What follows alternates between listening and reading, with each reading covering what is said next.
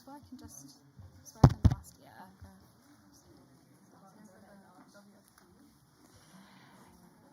Hello everyone, we slowly get started with our event. I want to welcome everyone to our side event, Demilitarisation for Decarbonisation and Climate Finance for the Global Stocktake and Why It's a Feminist Issue. My name is Michelle Benzing. I'm a feminist peace activist and intersectional environmentalist, and I'm a member of the Women's International League for Peace and Freedom. I have the honor to moderate this panel today, jointly organized by the Conflict and Environment Observatory, the Transnational Institute, the Center for Feminist Foreign Policy, the Environmental Peacebuilding Association's Gender Interest Group, the Grassroots Global Justice Alliance, and the Women's International League for Peace and Freedom. Before I hand over to our experts in a second, I know you're all waiting, I want to provide you with some background and set the scene a little bit. This event is all about demilitarization, because the impacts of militarization are a significant contributor to the climate crisis. Ever-increasing global military spending correlates with an increase in emissions, as we just heard also on the panel before us, and redirects resources away from climate finance.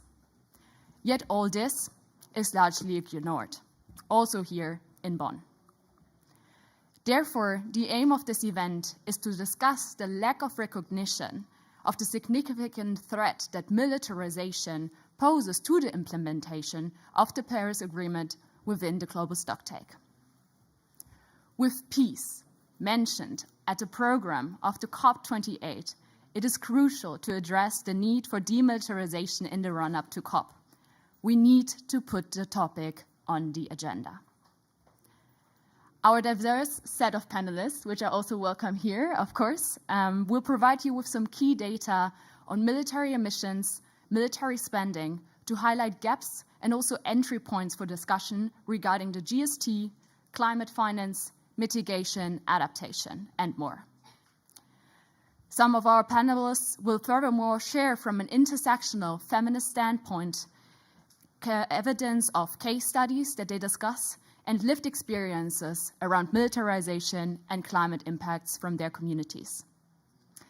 So without further ado, I would like to introduce our first speaker. Our first speaker is Ellie Kinney. She's a campaigner on the Military Emissions Gap Project, which advocates for greater accountability for the military's contribution to the climate crisis. Ellie has a background in grassroots campaigning around militarism and nuclear weapons, and is involved in the peace movement, both the UK and internationally. Ellie, I want to pose my first question to you before you start. Yeah. So, Ellie, I would like to know from you, why is militarization one of the key obstacles to mitigate the climate crisis? And how can we hold those accountable who are contributing most to military emissions? Thank you so much, Michelle. As you can see, I'm very keen to reply. So last year, global military spending rose to a record high of over $2 trillion US. And that's a figure that's risen every year since 2015. There is a carbon cost to every dollar spent, but there is no accountability. Currently, only 5 countries report the emissions that result from their military spending. And even then, that's the bare minimum, and it's not the full picture. This is because of what we call the military emissions gap. To go into this in a little bit more detail, the gap has 3 components. The first is what governments are obliged to report to the UNFCCC. Currently, military emissions reporting is entirely voluntary. That's because of lobbying from the US to have this excluded from the Paris Agreement. Different countries have different reporting obligations, but not a single one includes compulsory reporting of emissions from military activity. The second part of the military emissions gap is how countries choose to report their military emissions. For example, how clearly they may separate this out from civilian emissions. We find that the countries that do report voluntarily don't tend to do it very well. We tend to find reporting to UNFCCC to be either incomplete, unclear, or just generally highly inconsistent between countries. And the third part of the military emissions gap is what they don't report, and that's the big part. Emissions data, which is voluntary reported, is often simply things like energy use at bases or fuel use from some equipment, but military emissions are caused by so much more than this, including, importantly, their supply chains. And on top of day-to-day military activity, militaries also go to war. And as we heard at the last side event, there is no existing framework for measuring and reporting conflict emissions within the UNFCCC. Now, many of us may have been here for a couple of days already. You've probably already heard the same things again and again, that this is a critical point for climate action, and that the IPCC have said that we have to act now if we are to secure a livable, sustainable future for all. This is past the point of being urgent. And at this stage of the climate crisis, no sector can be exempt from their role in reducing greenhouse gas emissions if we are to secure a livable future for all, especially not a sector as polluting as the military. To put this into context, recent estimates by the Conflict and Environment Observatory, who I'm representing, and Scientists for Global Responsibility, estimate that militaries are responsible for 5.5% of global emissions. That means that if we were to combine the world's militaries, they would be the fourth largest national emitter, behind China, the US, and India, and more than Russia. But without thorough and accurate reporting, there is no accountability for their impact. The US Army, the UK Royal Air Force, and NATO have all set net zero targets, and they've reaped praise within their sector for being leaders in climate action and defence. But if militaries want legitimacy on climate security, we have to move from what is essentially military-grade greenwashing to effective climate action. And as it stands, the US Department of Defence has a carbon footprint bigger than 140 countries. And in the UK, where I'm from, the Ministry of Defence accounts for more than half of central government's emissions. And that doesn't look like leadership to me. The military emissions gap matters because there's so much that is not accounted for. For example, in comparable industries, supply chain emissions are estimated to be between 4 to 7 times higher than an organisation's own emissions. And when you apply this to what we already do know about military emissions, it's a truly shocking level of underreporting. And without measuring and reporting the full extent of the military supply chain, neither militaries, policymakers, or civil society know how large military emissions are. And this is a huge blind spot in our global plans to tackle the climate crisis. And it's a sector letting their emissions run wild at a time of crisis. And on top of this, we're still missing the cost to the climate of conflicts like Ukraine. And in the last side event, we heard from Leonard de Klerk, who's been leading the research estimating the greenhouse gas impact of Russia's invasion. Because conflict emissions aren't included in the UNFCCC guidelines at all, NGOs like TEOBS and like Leonard's team at the Greenhouse Gas Accounting of War Initiative, they've had to come up with their own methodologies for reporting and estimating conflict emissions because there is no standardised guide. Emissions resulting from things like infrastructure damage, rebuilding, medical care for the wounded, the displacement of people, they're all missing from the reporting. And Leonard and his team calculated that the first year of the war will trigger a net increase of 120 million tonnes of CO2 equivalent, which is roughly the same as the annual output of a country like Belgium. It's the emissions of a whole additional country unaccounted for, with no framework through which to hold states accountable. And that statistic covers 1 year of one conflict in an increasingly conflict-affected world. And this needs to change, and we know it needs to change fast. We simply don't have time to wait for militaries to catch up after decades of exemptions from reporting. We need a global standard for military emissions as part of global greenhouse gas accounting to inform our response to the climate crisis, and a standardised framework for dealing with conflict emissions. The global stocktake provides a vital opportunity to drive forward this change by pointing to the gaps in the data and recommending that we urgently address this. Data and transparency is vital to accountability. But we know that these things don't just happen, and civil society has a role to play in driving forward this issue and demanding accountability. Defence and security links into so many areas of the climate movement's work, but it doesn't get the attention that the scale of its impact deserves. So everyone here, I'd like you to think about the work that you do and how this issue intersects, and whether you represent a state and you can start to have these conversations within your own delegation, or you're a researcher who's interested in looking into this area. These are all vital parts of the jigsaw of accountability. And if you're an NGO working on the intersections between feminism, Indigenous rights, or youth representation, each of these issues intersects with the climate impact of militarisation. And collectively, we can and we must drive forward the argument for accountability. Thank you. Thank you very much, Ellie. Thank you very much for this call for action. I want to highlight two numbers that you said. The fourth largest national military, it would be the military, if it would be counted as a country, actually. And I also like that phrase that you mentioned. We need to move away from military greenwashing to effective climate action. That's why we're here today, to bring that forward. Thank you. The next speaker is actually going to build up on the input that Ellie just gave. We're going from military emissions to military spending, as these aspects are also linked. Our next speaker will be Nick. Nick is a researcher and activist based at the Transnational Institute in Amsterdam.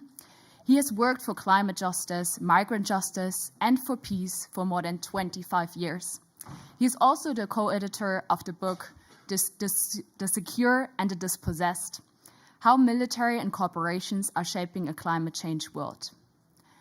Unfortunately, Nick can't be with us in person here today due to scheduling issues. Nevertheless, we spoke to him beforehand and recorded his input because we thought it's so crucial to have an aspect on military spending here at this event. So I talked to Nick and I asked him the following question regarding the Climate Collateral Report, which looks at how the military spending accelerates climate breakdown. In this report, TNI writes that the richest countries who contribute most to the climate crisis pay 30 times as much on armed forces as they spend on legally bound climate finance. I therefore asked Nick to explain the link between military spending and climate finance and why the military cannot be greened.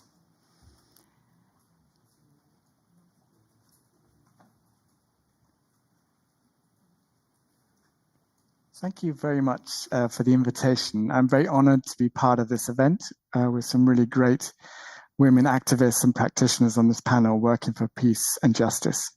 I'm sorry that transport difficulties mean that I could not be here live for my presentation, but I very much hope to join you on screen later for the conversation. It's often said that what you spend money on shows your values far better than any statements. And sadly, if we look at what the world spends money on today, we see little evidence of a real concern for the planet and the people most impacted by climate change. This year, we had the biggest spending on the global military ever, 2.24 trillion. That is more than double what it was at the end of the Cold War. And it's not just military spending, it's all global spending on security. Global police spending has doubled in the last 20 years. Prison spending has increased by at least 50%. Militarized border spending has risen even more dramatically, by 300% in the US and the EU by an even sharper percentage. We are investing in the military, in prisons, in policing like never before. The world has become militarized and securitized. At the same time, the money spent on climate finance to deal with the biggest security threat we face as humanity has barely got off the starting blocks.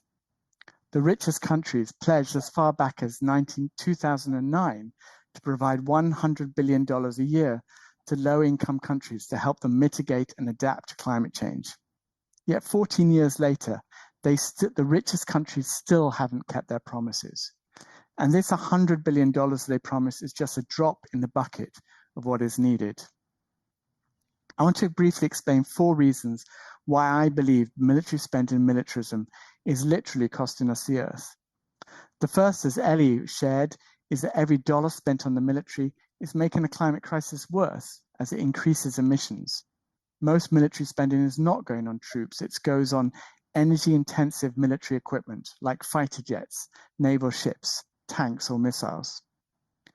The second reason is that spending on the military is actively diverting money from tackling the crisis and supporting those most impacted. Every time budget decisions are discussed, we see military spending staying stable or often increasing, while climate change spending remains insignificant. Even last week, we saw this in the US Congress, where the only spending that both parties were united on was military spending. And as unfolding disasters compounded by climate change take place, such as what we're witnessing with a catastrophic drought currently unfolding in the Horn of Africa, we never see the necessary resources mobilized. The third reason is that increasing military spending also increases the power and influence of the arms industry that provides all the new weapons.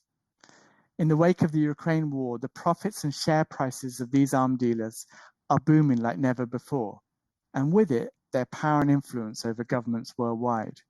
This is flooding the world with weapons, just as the world becomes more unstable due to climate change.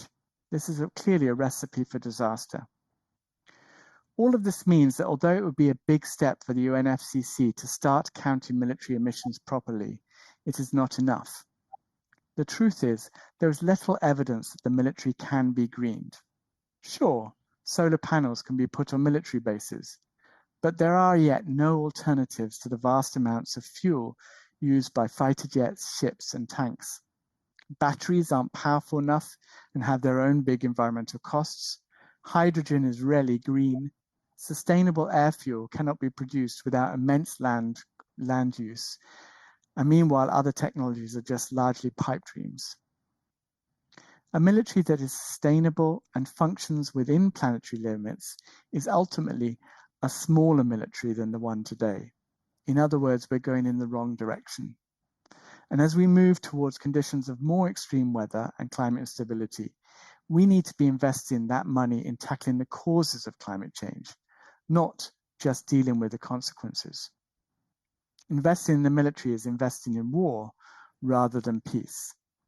It is investing in a world built on the idea of an armed lifeboat, where the rich are protected and the rest of the world face the barrel of the gun.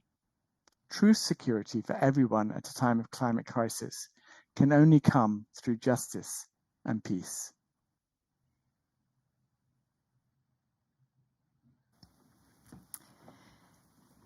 That was the input from Nick. He won't unfortunately be here at the end, but still you can post his questions or send him an email and we're happy to share the contact details. One point I wanted to highlight is a statement that he just made. Investing in military is investing in war rather than peace. And what we need is investment in peace and climate justice. So we just looked at the military spending and how much it also exceeded 2.2 trillion in 2022. We next want to move over then to our next speaker, Adrian Salazar. Adrian is a policy director at Grassroots Global Justice Alliance, a US-based national network for grassroots community organizations.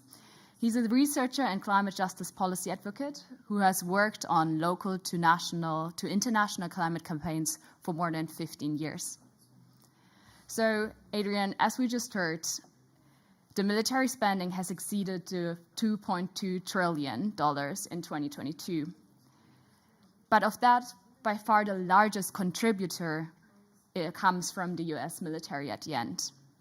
Can you talk about the role that the US military plays in contributing to the climate crisis and how it relates to the responsibility here in international negotiations? And if you could also highlight a little bit aspects of the grassroots impacts that your organization is covering, that would be also amazing. Yeah. Hello. Yeah, I will start there. And thank you for the question. So my organization is Grassroots Global Justice Alliance. We're a US-based national network of community groups, grassroots groups that work on all sorts of issues from demilitarization to climate justice, immigrant advocacy, workers' rights. And I want to start with this question about how does militarization affect communities? And I have actually a note that was shared by one of our members who is from Micronesia. And as folks know in this room, I'm sure, the U.S. is not only the largest emitter of military emissions, it is also an imperialist force, and it still has colonies all across the world, including in the Mariana Islands, in Micronesia. So I'm going to share this, some of the work that they've been doing with our member, the Micronesia Climate Change Alliance. And they shared with me that the people of the Mariana Islands are on the front lines of the climate crisis and are experiencing compounding issues of simultaneously being a major fence line community to the U.S. military. Just 2 weeks ago, Guam and the Northern Mariana Islands were struck by a Category 5 storm that devastated the most populous villages of northern Guam. Many are still without power and water. Countless were left homeless. In Micronesia, including the colony of Guam, Typhoon Mawar went directly over military-built construction projects, a Marine Corps camp, and live fire range complex, all of which were built over sacred ancestral sites and burial grounds without free, prior, informed consent of indigenous Chamorro people. The military currently occupies a third of the island of Guam and are expanding their footprint in the islands across the region. And the toxic legacy of the military in the Marianas is exhaustive. On Guam alone, there are 100 identified Superfund or toxic waste sites. There are unexploded ordinances all the way from World War II. And so the Micronesia Climate Change Alliance and their members and ally groups have been dedicating their time towards demilitarization and protection of the sacred.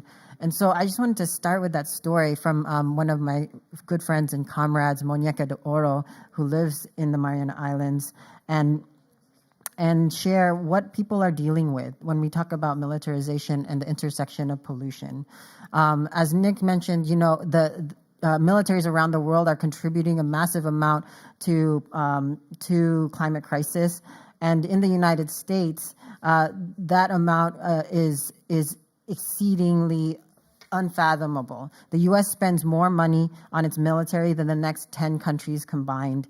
In 2020, the budget for the military was over $778 billion. In 2021, it was $800 billion.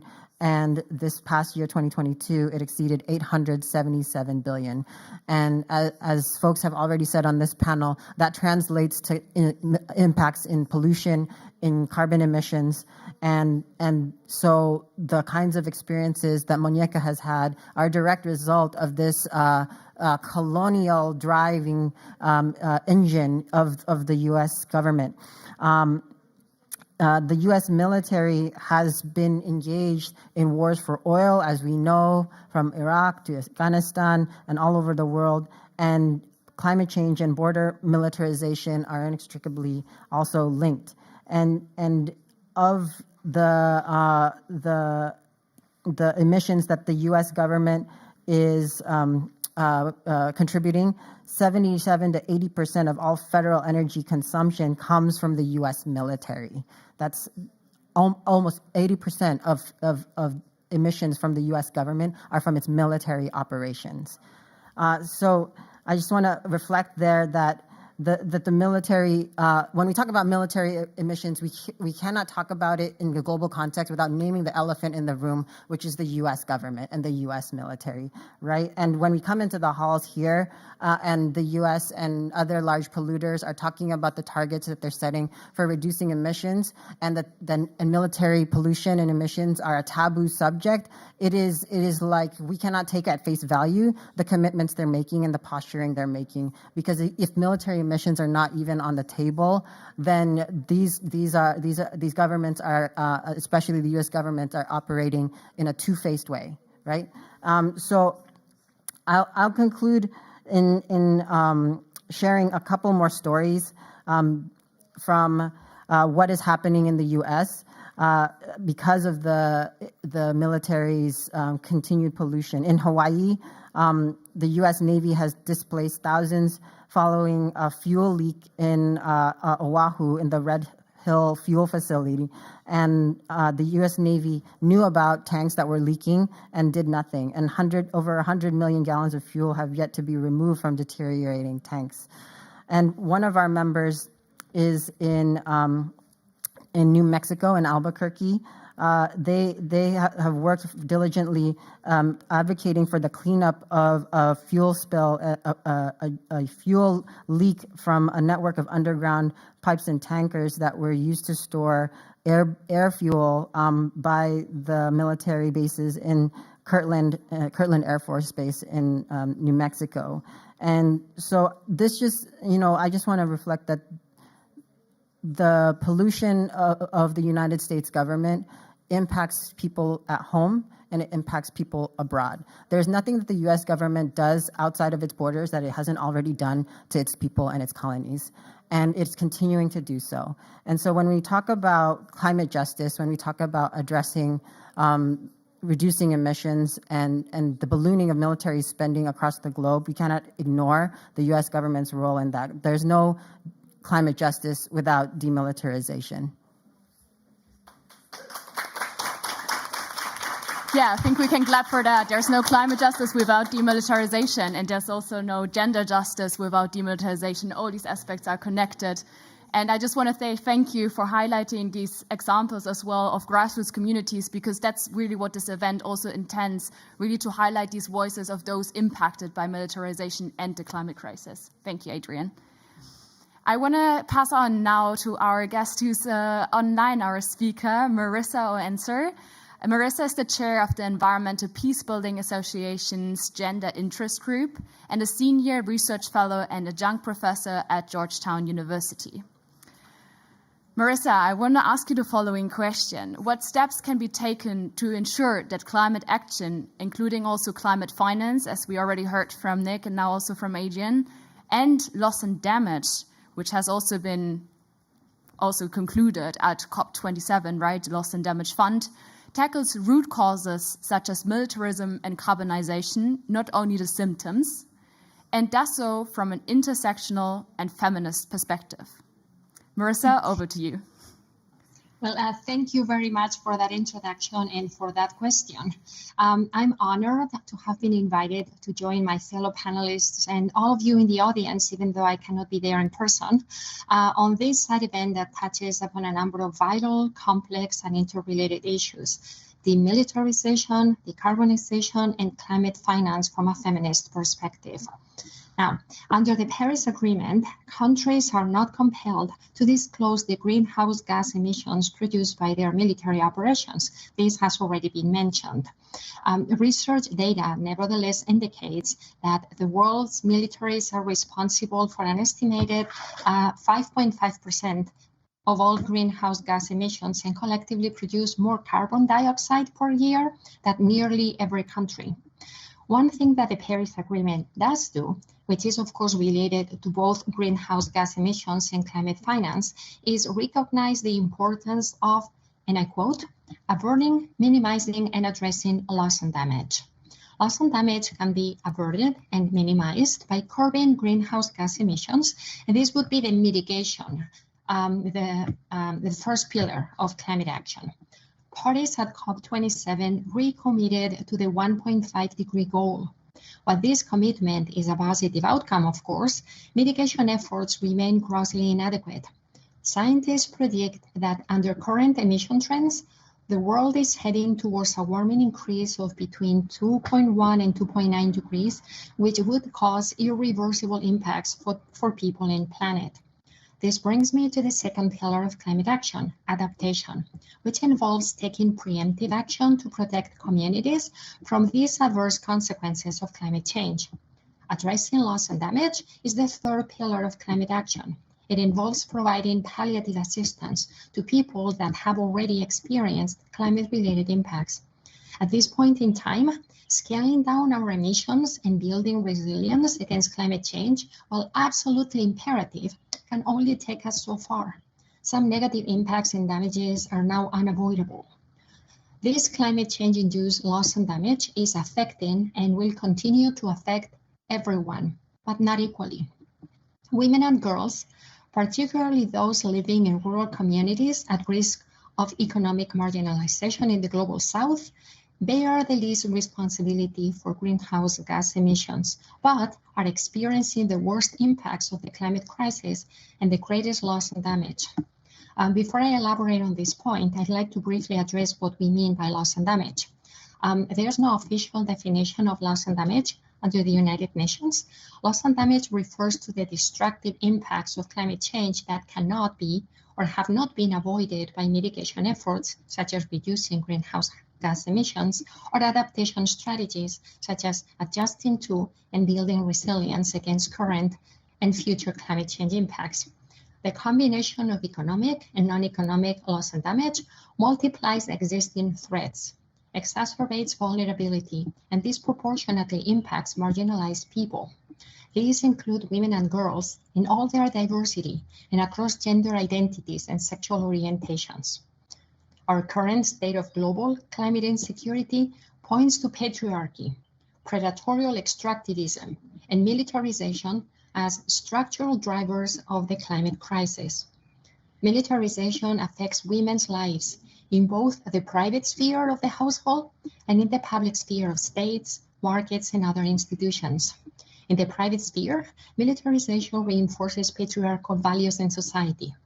In the public sphere, research shows that higher military expenditure often correlates with lower civilian expenditure on sectors such as education and health. This disproportionately affects women, who are typically more reliant on social spending. Extensive research shows that higher military spending widens income inequality, which adversely affects women and their dependents, given pervasive gender gaps in wages, income, and assets. In other words, militarization is not only tied to higher emissions, hindering mitigation, it also impedes adaptation efforts and contributes to more severe loss and damage for women and girls. This is highly problematic, as the loss and damage discourse remains dominated by technical and policy discussions held in spaces largely controlled by men. So what can intersectional feminist perspective contribute to addressing this state of affairs? Well, for starters, it can help us better understand how the myriad ways in which gender inequality, exacerbated by militarization, among other factors, constrains women's lived experiences and hampers their resilience and adaptive capacity, and thus the loss and damage they suffer, and in turn adversely impacts their families and communities. Compounded security and climate-related risks, such as those represented by militarization, are more likely to magnify challenges related to governance, entrench gender inequalities, promote gender and sexual-based violence, and deepen the marginalization of women and girls. Furthermore, the unpaid labor of women in families and communities is often not taken into account by conventional approaches, and even less so in contexts characterized by the typically patriarchal militaristic culture. It is thus essential to identify the various social indicators that lead to disproportionate vulnerabilities to crisis. We must also assess non-economic losses and the different needs, local capacities, coping strategies, and sources of resilience available to women and men, girls and boys in specific contexts.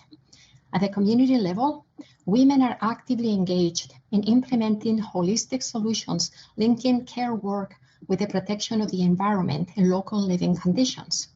I argue, however, that it is not enough to acknowledge that women play an important role in this intersection of climate action and care work, as it often leads to the feminization of burden. Adopting a gender lens allows for an assessment of loss and damage that is not only based on financial impacts, but which addresses other forms of non-economic contributions to families, communities, knowledge systems, and society at large. So to summarize and answer your question, we need to integrate gender considerations into every aspect of climate action. feminist approaches to demilitarisation, decarbonisation, and climate finance are integral elements of this approach. So I'll leave it there and look forward to the discussion during Q&A. Thank you very much, Marisa. Maybe applause for this as well. Thank you so much. Thank you for highlighting these aspects and really starting to really create also the links between militarism, the patriarchy, and also the exploitation not only of our planet, but also the people. I want to now also address Sheena with going into that direction, because as you all read on our flyer, it says really this question, right? We're talking about demilitarization for decarbonisation and why this is a feminist issue. But let me first introduce Sheena. Sheena, with the pronouns she, her, defines herself as a Black feminist, intersectional environmentalist, and political scientist. She joined the Center for Feminist Foreign Policy in 2020 and has been leading the center's work on anti-racism and climate justice since 2021. Sheena, again, the question to you. I can't even see you here. Hi. So the question to you again, it says demilitarization for decarbonisation, but why exactly is this a feminist issue? Thank you. Does this work? Yeah. Thank you, Michelle, for having me. It's an honor to be on this panel with so many fellow friends and allies and co-organizing this event on behalf of the Center for Feminist Foreign Policy. And also thanks for the question. Such an easy question to answer in 7 minutes, but I'll try my best. What do I mean when I say that climate crisis is being militarized?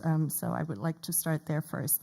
The climate crisis is increasingly being framed as a security challenge that has to be dealt with by military means. However, these militaristic approaches not only fail to address the root causes of the climate crisis, but also intensify the driving forces of the climate crisis, which are capitalism, extractivism, and imperialism.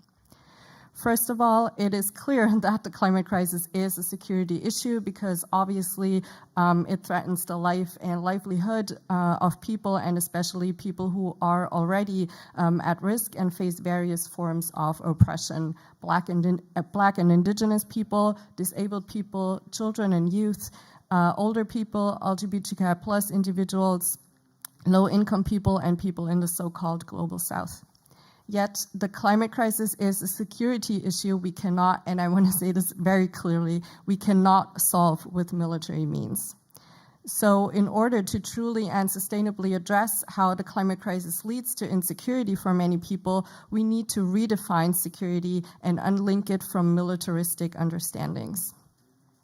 Because these militaristic understandings of security do not offer solutions for mainly women care workers who increasingly have to deal with people being impacted by the climate crisis, they do not offer solutions on how to deal with ecocide, or on the fact that domestic violence increases after natural disasters, even more so if there's a weapon in the household.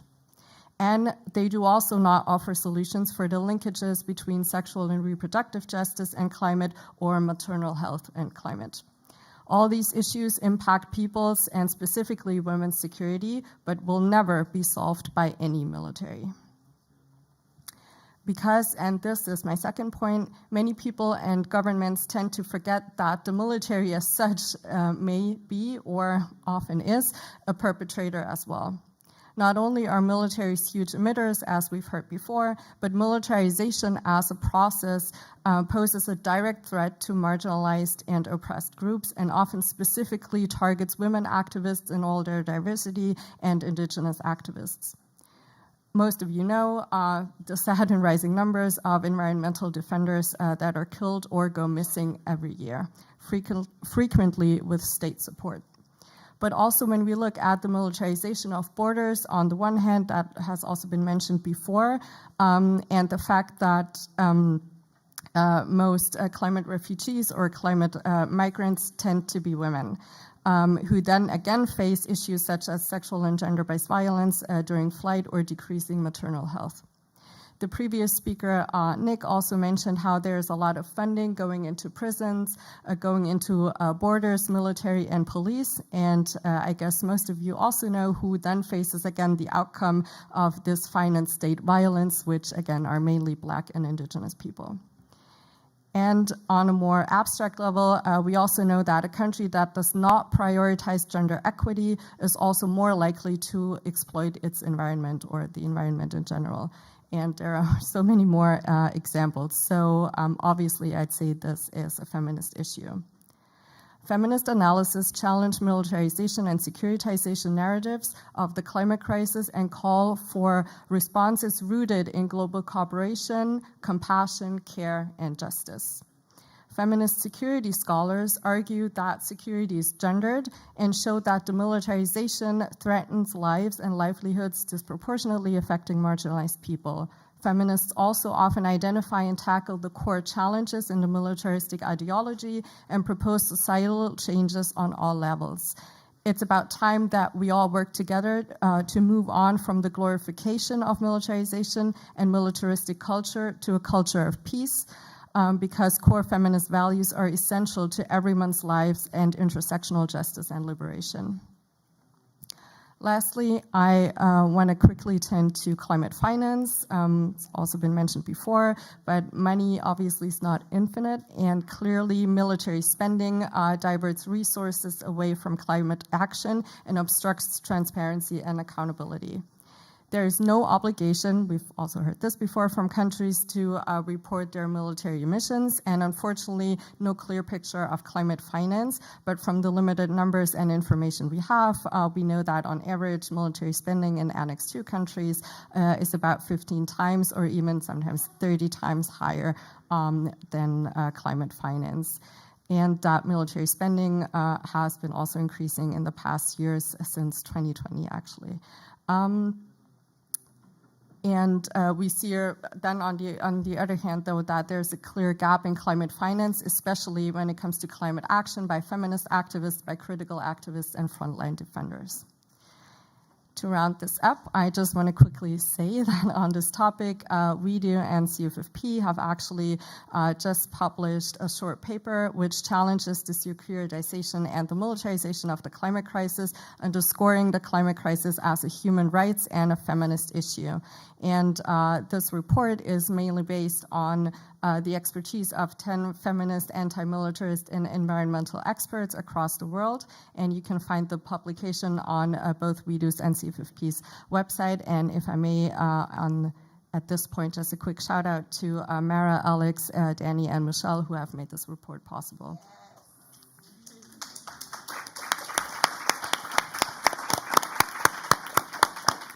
Thank you so much, Sheena. Yeah? Just one last sentence. So the climate crisis makes one thing very clear, that we cannot go on like this. Many feminist activists and researchers continually present alternative and transformative approaches for the current systems in place. Both demilitarization and the fight for climate justice are championed and led by fierce feminist activists and frontline defenders, by those on the ground, and it is about time that we focus more on the interlinkages of these topics and that governments dedicate resources, support, and most importantly, money to feminist approaches towards demilitarization and climate justice, because we cannot work if we are not properly paid. There's so much more to say, but I will stop here and can't wait to listen to the other speakers. Thank you. Yes, thank you. Give another round of applause. I think that's a crucial point. We also need the money to do that kind of research, to support these kind of activists in order to do that work on demilitarization. And I just wanted to highlight what you also said, Sheena. We need compassion and care and justice and move away from this glorification of militarization that we're seeing nowadays. Thank you so much.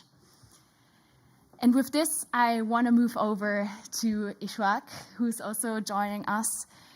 She's a Sudanese climate justice advocate who has actively worked to resource youth in the climate space, bringing funding to climate justice in creative mechanisms from an organization she founded that is called Me and Youth.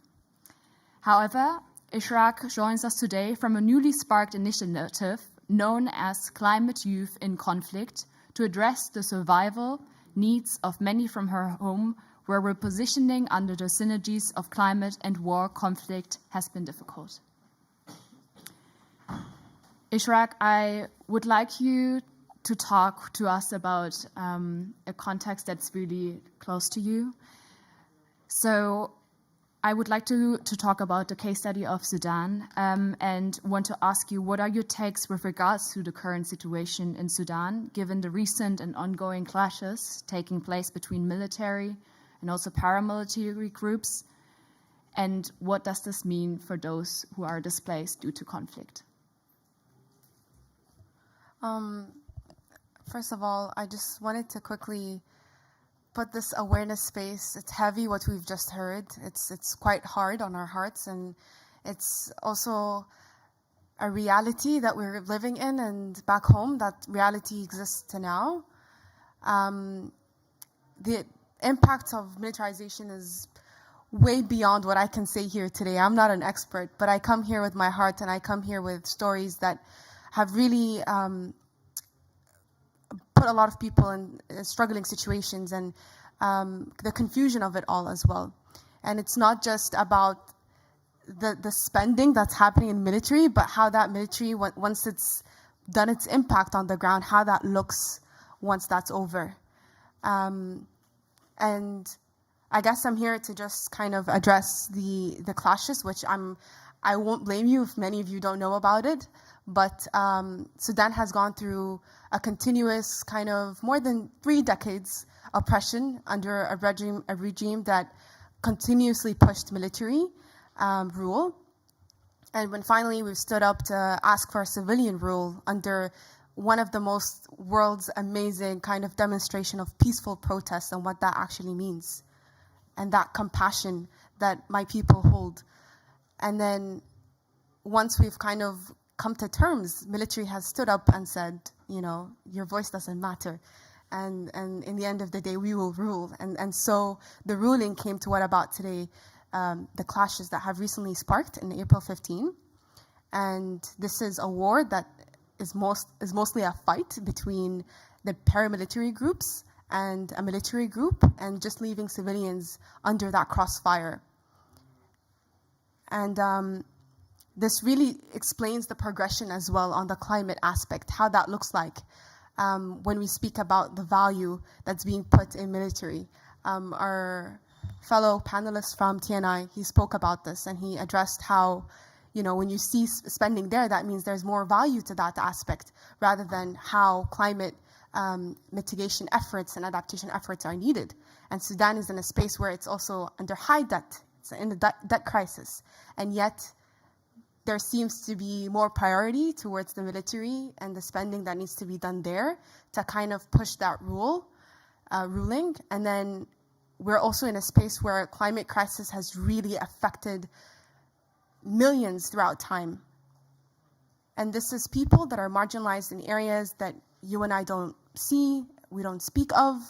And there's ethnic cleansing, there's genocide, there's a lot of different things that, you know, this is what the reality of where military kind of spends its efforts on.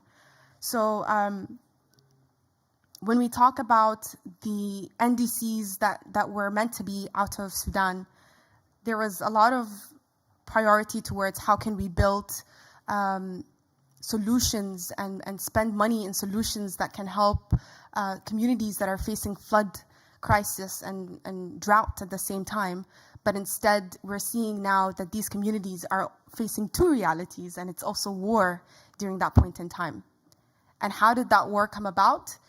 The question is always about how did that military get so much power to do this to civilians?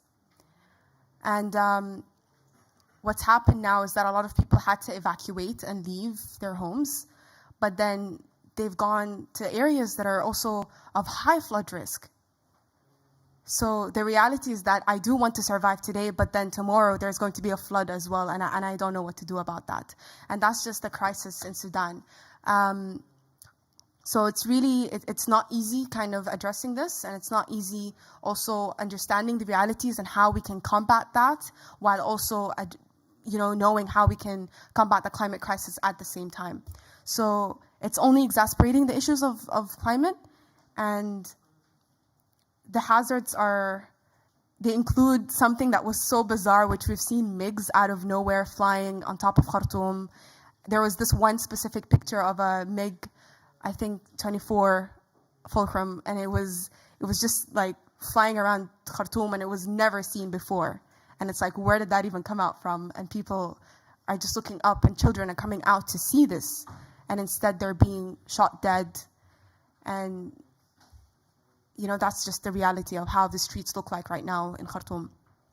And there's also unexploded ordnance as well that are due to explode at one point in time, and people aren't aware of how to handle this kind of military weaponry that's laying around in the street.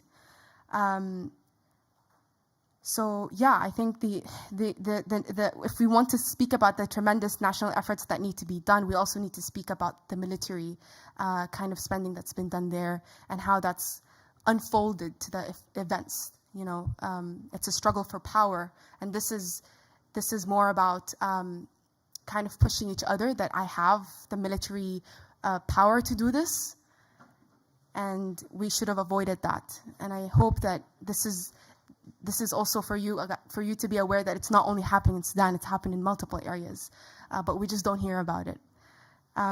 So the call and action really looked like for us in the Climate, Youth and Conflict Initiative is that we needed to provide the funds to help these people that are also under low income already, and it was already hard for them to grab income, and now that they're under war and evacuation, where would they grab that income from?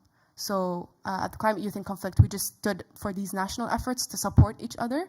But I really am here to urge that we do this in a more global aspect, and to really just understand how much can we progress if we were to address as well the lived experiences of these people. The war is ongoing, and I guess if we were to help at least the people on the ground that are trying to support themselves every day, it's important, because there's also, you know, from the feminist end, I completely agree that the compassion right now, the UNFP has also addressed that there's 3 million women that are due to give birth, and the war has really targeted a lot of the medical support, the only medical support that we had, and now there is no support. So what is that going to look like in a few weeks from now? As well as when the flood comes in and the season comes in, the different viruses that spread during that time, the way that's going to unfold is just very terrifying for a lot of us. And yeah, I guess we stood up as Climate Youth in Conflict because Climate Youth have also stood up during climate crisis and supported themselves and supported the communities around them. So we thought that maybe it would also be important for us to support their survival so that their community survival can also depend on that as well. But yeah, I'm also thankful for you guys to bring Sudan to this table and to speak about this. And I hope to see more coming out of SBs on this aspect as well. Thank you very much.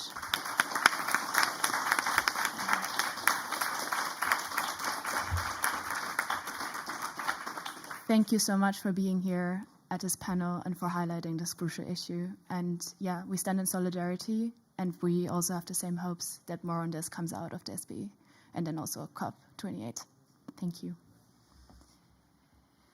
With this, I want to go over to our last speaker. I know we have many speakers, but that shows how crucial it is and how many speakers we have on this crucial topic here.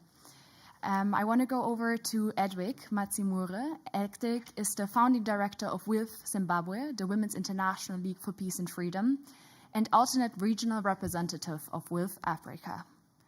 She is development practitioner, advocates for sustainable use of the environment in grassroots communities, awareness raising on climate change and militarism, and their impacts on the enjoyment of human rights. She's actively involved in disarmament advocacy at a local, national, and international level.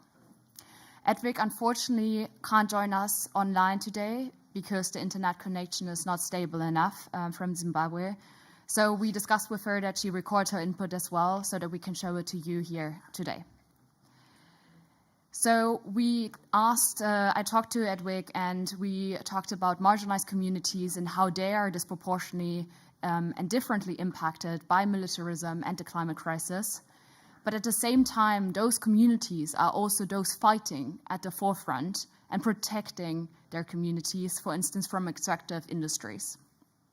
I asked Edwick to share the impacts of militarism and the climate crisis and how they are compounding in Zimbabwe, and what the means of resistance are by the local community. With that, let's see if the video is working. A very good evening, everyone. My name is Edwick Madzimure.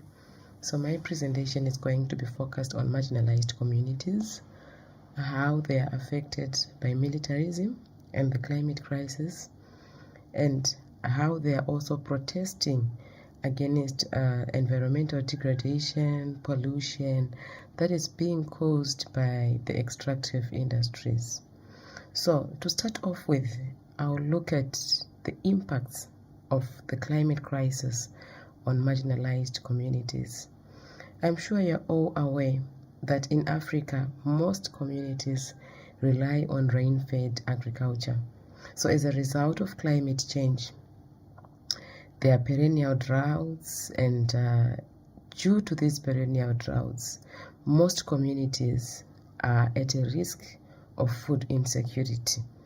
And this food insecurity, focusing on my communities, where I come from, people are now rushing to gold-rich areas for artisanal mining. And it is not easy, especially for women and girls, because the area is securitized, there is a lot of violence. In fact, violence is actually used as a method to defend the livelihood. You realize that on a daily basis, it's very common that people are killed. And in some cases, the police and the military are used to come and protect the areas. But it's protecting in courts, because some of them will be actually involved in the mining activities. And recently, in my community, you'll be shown videos of what actually happened. A school collapsed, and for the record, I attended my primary education at that particular school. But because of the excessive underground mining that has been happening, the ground caved in. Not just the school, but last week, a house actually caved into a mining tunnel. So this is how devastating the mining activities are. And of late, the government complex, which is around 200 meters away from that community, has been rendered as no longer safe by the surveyors that actually came to see the extent of the damage that has been done underground. And so which means that the staff are supposed to evacuate the government complex as soon as possible. So this is how much the food insecurity that is being caused by the climate crisis has affected our communities, because everyone is now rushing for artisanal gold mining to gold mine, and some of these mining mines are old mining shafts that were rendered not safe for mining for the past 20 years. But members of the communities are actually mining in those old shafts. And we all know who is benefiting from those mining activities. It is the elites, and that is the reason why the mining activities cannot be stopped, in as much as they are dangerous to the community. And you also notice that there is a lot of conflicts that are happening in the communities as a result of people that are fighting for the scarce available resources. Water scarcity is another challenge that is affecting especially women and girls, and it's actually putting them at risk, because most of the rivers that are around them are drying up.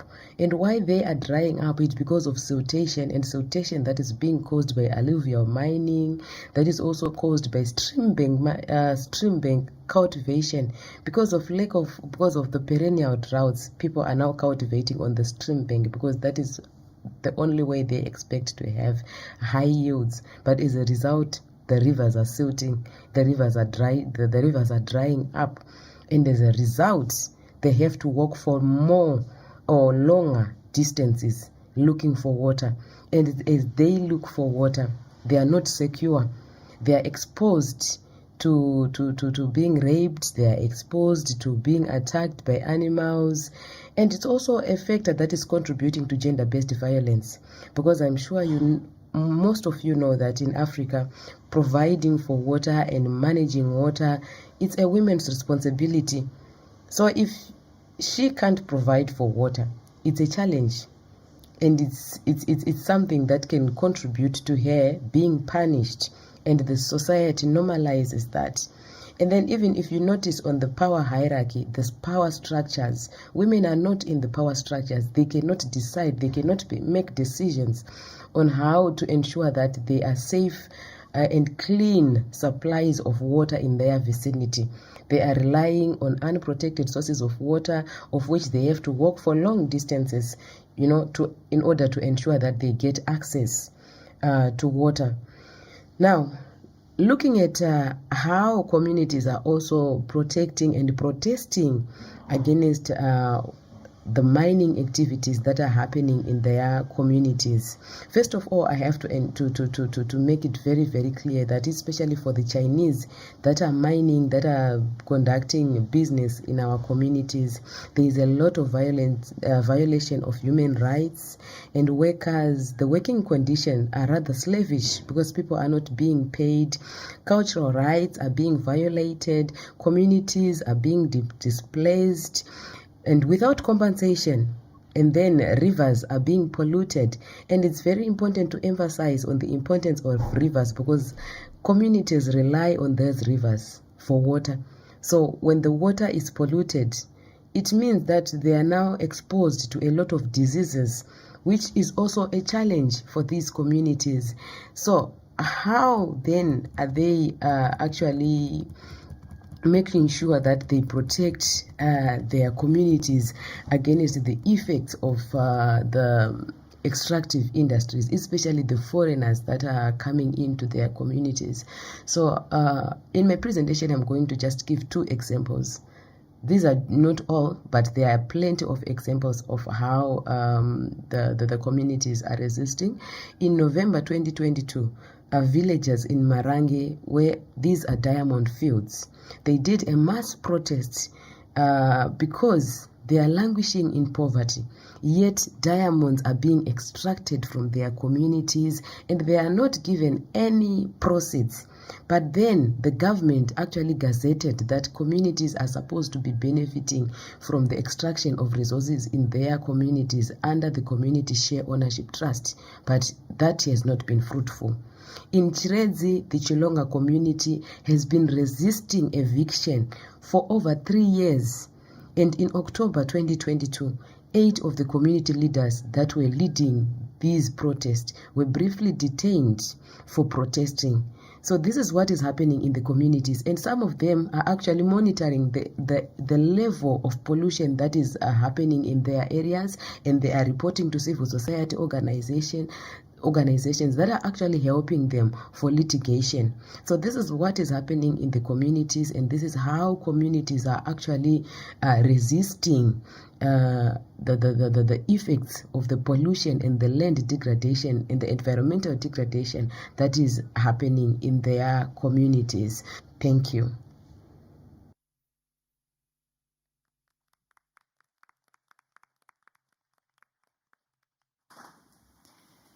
Thank you so much for sharing. As well, you can pose any questions to Edwick and we will forward them and try to get back to you as best as we can. And I think it's so crucial to highlight these power hierarchies that Edwick just mentioned, and also that military and police sometimes also become perpetrators in certain contexts. With that, I want to go to the Q&A session and hear your questions or remarks if you have some. Don't be shy. We're happy to hear from you and have a conversation. Here, we have one right at the front.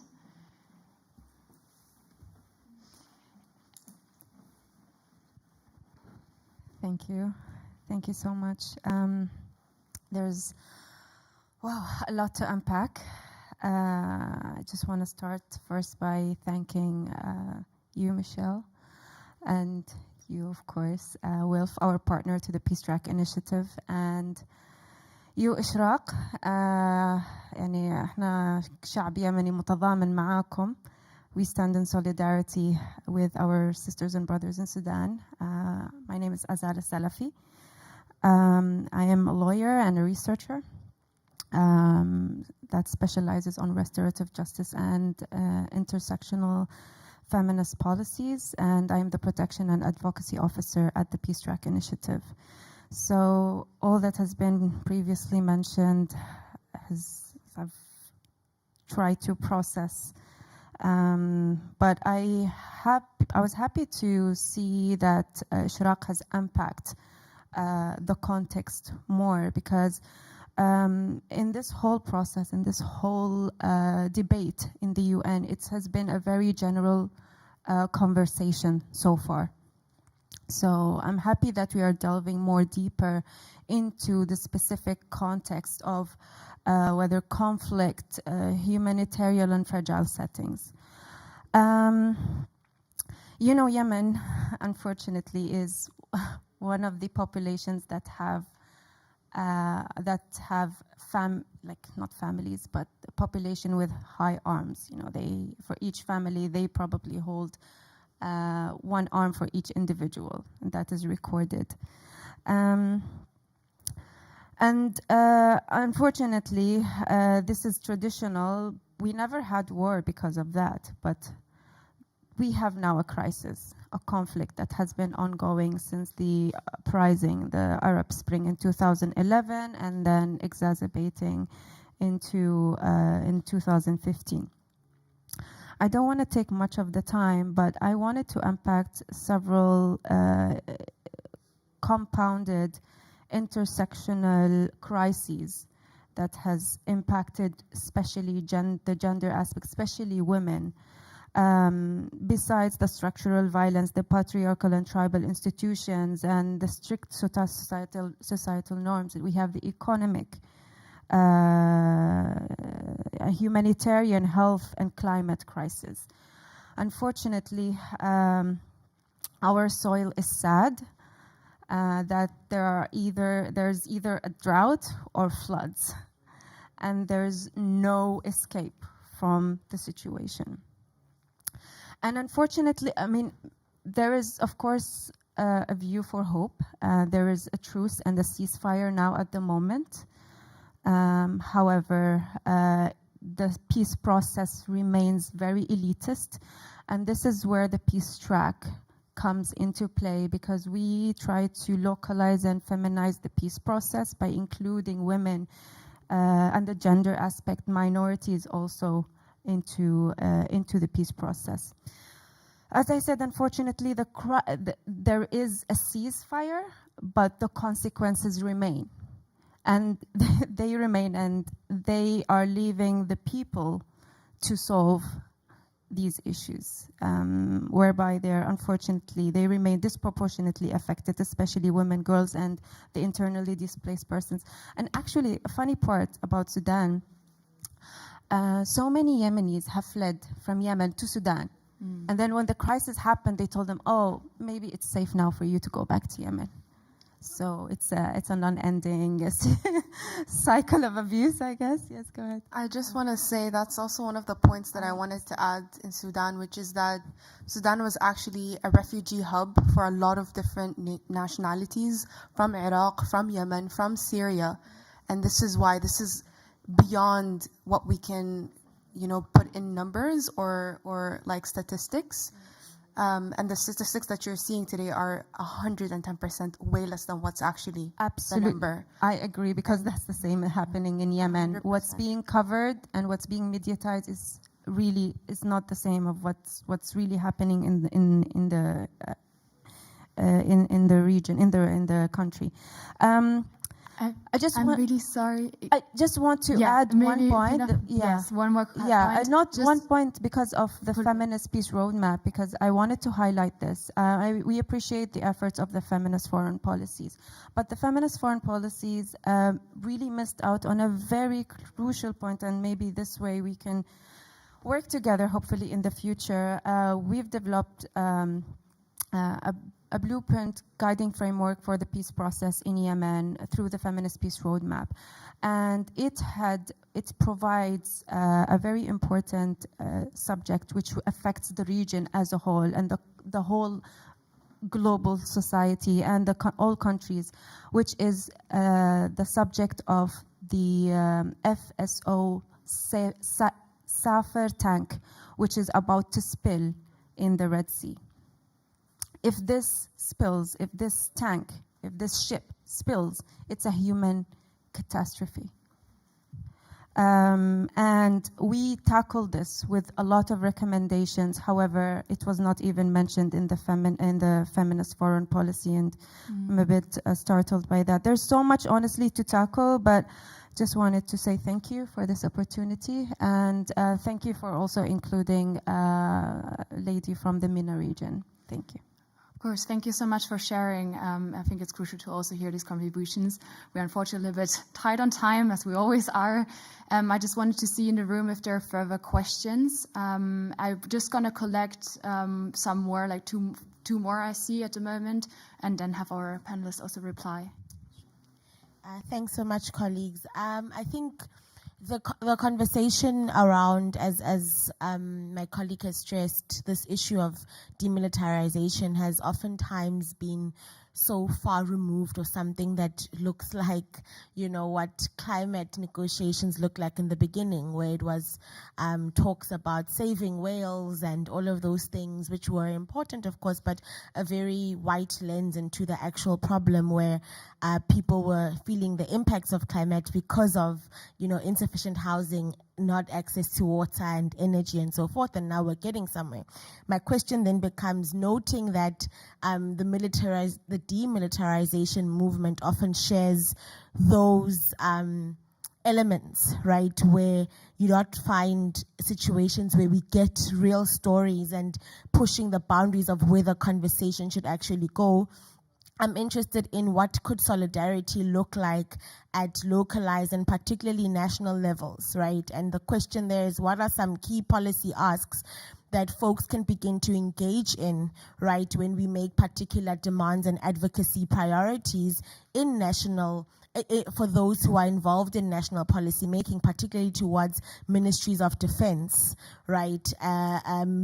That include how budgeting is spent, but noting that the model in war-torn countries and countries who serve as allies has been, peacekeeping, so-called peacekeeping missions. I'm interested to understand what can some of the alternatives be if we're saying that, we want to be moving towards demilitarization, for those who are neighbors to countries in hostile contexts. What becomes the offering if we are saying that, because the counter often becomes, well, we're keeping militaries alive because there's still so much war, and therefore we need to be able to send peacekeeping troops. Yeah. What could be a rebuttal in real terms that coincides with what I was asking before around what is this conversation taking us to? How can, at the national level, how can we collectively advocate there, as well as then bring it to multilateral processes around this question that is not so divorced from experiences and also challenges around demilitarization. Thank you so much. Thank you so much. I'm sorry for interrupting. We just don't have any time left to have the answer, sir. There's one more which I still want to give the chance, and then we talk. Very similar to hers. I was going to take perspective from Finland, as we share 1,300 kilometers of border with Russia, but it's very, very similar to what she had. So if the panelists want to answer to hers, my question was very, very similar to the one that just came up. So. Okay. Awesome, that sounds good. So I would say we have these two remarks. Any last urgent ones? Because we're running out of time. So I'm just going to read one last question, which we also have from the chat, which is regarding military funding. As Maria, who poses the question, believes many of us know the money that currently Russia earns and puts into its military and full-scale invasion of Ukraine comes a majority from the export of fossil fuels, many also to the European Union. Is it just specific to them, or is it also a case for other military forces, as that seems to be like a third link of how military is one of the main emitters of greenhouse gases, as we, first, use the money we could use for climate finance for military, and second, the military itself emits more than most of countries in the world, and third, the money that military gets also comes from selling fossil fuels to our fossil fuels addicted economy. So making here the link to economy one more time, and I just want to give the word to our panelists quickly to just choose one of the questions and make a short remark, and then to close. Yeah, I think we just go from the back, so maybe Ashraq, if you wanted to start, and then... I'm having trouble with the mic, but to quickly respond to your question and how that looks like for us to put this into concrete action, I think we've spoken about the different financing systems that we need to take into account when we speak about, let's say, disaster risk and climate. We need to also make sure that it's multifaceted in the sense that it covers the multifaceted issues that also exist in these areas of disaster risk.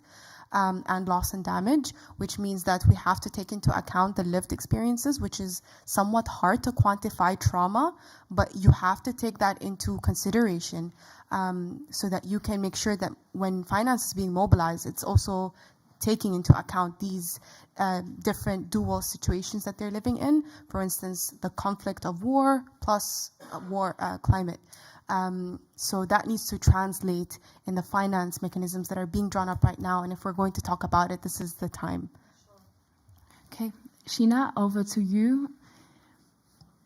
Yeah, just very quick. I think on the remark on feminist foreign policy, I totally agree. And I think for me, or as an individual, but also representing my organization, I think it is very important that we also see the difference of how governments define feminist foreign policy and how we define feminist foreign policy. And as my country currently just announced a feminist foreign policy, I think we have very different definitions of what that looks like. So I do think that we just need to keep pushing and also not letting them kind of get away by announcing a feminist foreign policy and then that's it.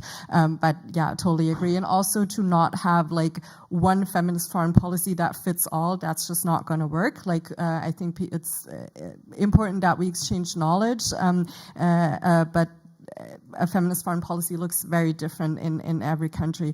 And on the other question on demilitarization, I think, I'm not sure if it answers the question, but a thought that I just had, I think it is so important that we also rethink what knowledge looks like and knowledge production and what science means, because we have all these lived experiences. We have storytelling as a form of like working with each other and listening to each other. But most of the times whenever, and that's mostly feminists, but also other people bring that forward, we're told like, oh, we can't use that because it's not scientific enough. No, we can't use that because it's not relevant. You need to release like a 100-page report before. So I think that's also very difficult for a lot of critical and feminist voices entering the discourse on demilitarization. Thank you, Sheena.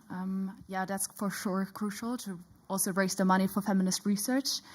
Ellie, over to you. Yeah, I think just to link together the question around policy asks and also about military spending, I think if you consider the fact that military spending has increased year on year since 2015, on a human level, who has felt safer as a result of this? If anyone has, who has?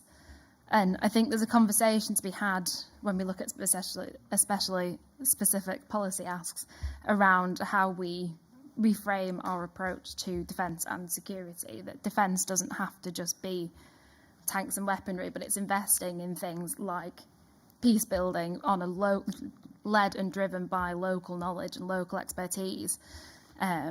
Sorry, I have to cut you there. And just quickly give the word to Marisa and then Adrian for last remarks, and then we have to leave the room.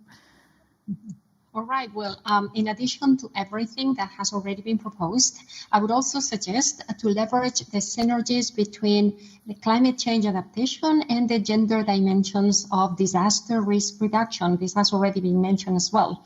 The Sendai framework for disaster risk reduction emphasizes that, and I quote, women and their participation are critical to effectively manage disaster risk and designing resources and implementing gender-sensitive disaster risk reduction policies, plans, and programs. It continues speaking about the importance of women participation, but I will not read it in the interest of time.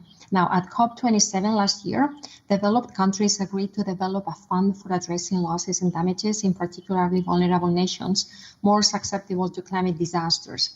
Nevertheless, many questions remain around how this will work and how much money wealthy nations will provide.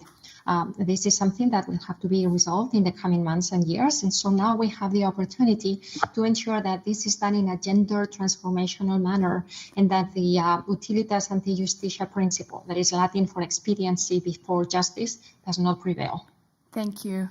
Over to you, Adrian. Last remarks, last thoughts, and then we really are getting kicked out. I'm so sorry. You can have a conversation afterwards. Yeah, we will really be kicked out in a second. So I just want to give gratitude to my fellow panelists. Grassroots Global Justice Alliance, my organization, is also a part of the Feminist Peace Initiative, and so I won't speak as in addition to what folks have already shared here on feminist foreign policy, but I will say on the demilitarization and spending, we think about the military complex as not just the money that is fueling wars. It is also the education, the culture, the ideologies that are rooted in colonialism and imperialism that need to be uprooted. And it is the war industry. The United States is ground zero for this, but it is also, I think, one of the obstacles here in this space. In the UNFCCC, why this topic is taboo is because countries say, well, don't we have a right to defend ourselves? Why can't we just, reduce their missions elsewhere? And this is nationalistic tendency that comes from a culture of war and the profiteers of that industry continuing to perpetuate their control over these governments. So I think we cannot talk about just moving the money without actually tackling the culture of war and militarization at every level as well. Thank you so much. Thank you to all the speakers, and I'm so sorry that I had to cough off this very interesting discussion, but don't worry, all the speakers are still around, so please don't be hesitant, just come and talk to them. I also want to thank all of the speakers from my side. It was a super interesting discussion, one that is just getting started, and I'm sure we will have many more very interesting side events on that topic. If you are interested in more information, we also have flyers with links to resources of all the organizations co-organizing this event. So Katrin, who I also want to thank in organizing this event, will distribute them at the entrance, and then you can scan the link. And please don't walk away. Please join us now for an informal session to further discuss the intersections of demilitarization and climate justice, as we are in the process of actually setting up a working group on that topic in order to strategize and think how we can actually put demilitarization on the agenda. We will meet right now after the session outside on the grass next to the colorful cafeteria, which is close to the Kaminzimmer. And there will also be snacks. So please join us. This conversation can continue. And then I would say we end this discussion here. Thank you.